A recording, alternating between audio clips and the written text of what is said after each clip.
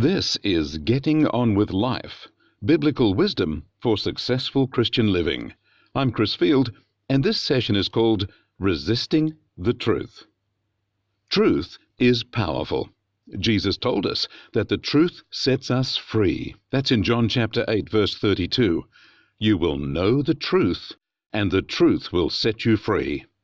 Yet, despite the wonderful benefit of the truth, it seems to be human nature to reject truth, especially if it's something we don't like.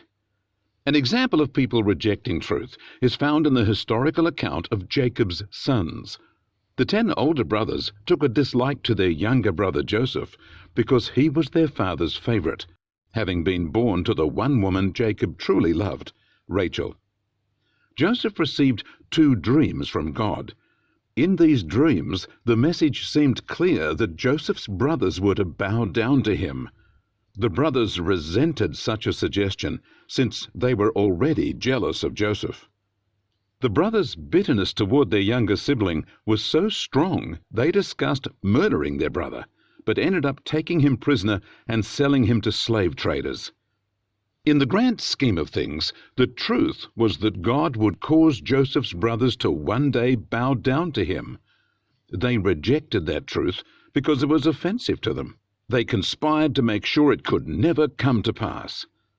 However, the truth is the truth, and rejecting it only means we live in delusion. It also means we miss out on the freedom which truth is meant to bring us. We have no idea what would have happened if the brothers had accepted the truth. All we know is what actually transpired. Joseph, sold as a slave, had God's hand on him, but was then falsely accused and thrown in prison. Yet even there, God's hand was with him, and he was given great responsibility, effectively running a section of the prison while still a prisoner. Suddenly and unexpectedly, Joseph was promoted to second in command of Egypt. 8 years later, Joseph's brothers came to Egypt for food and had to deal directly with the younger brother they had once planned to kill. They did not recognize him, and he put them through a tough time. They bowed to him, not knowing this fulfilled the dreams. Finally, on their second visit, Joseph revealed himself to them as recorded in Genesis chapter 45. They were so stunned they could not believe it.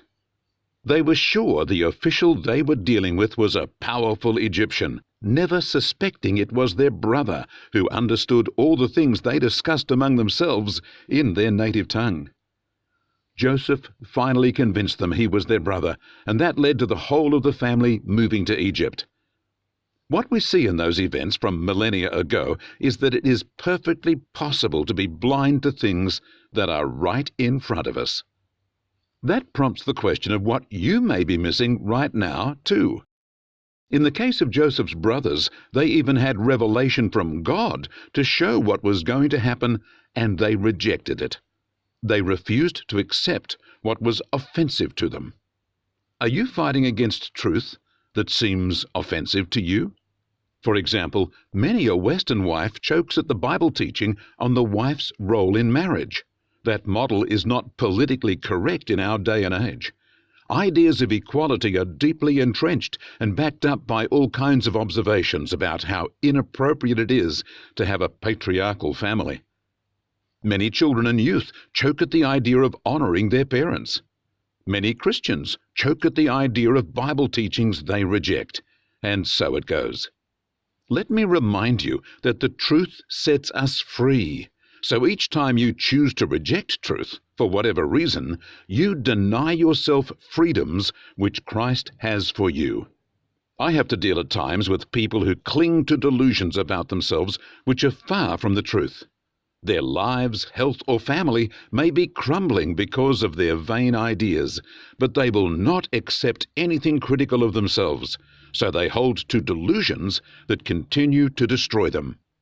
Let me challenge you to realize that you may well be living in your own deception, rejecting truth that God has revealed, but which you don't like. Let me further challenge you to humble yourself and accept the truth that will set you free, the truth given us in God's Word, all the things that God has said. God bless you.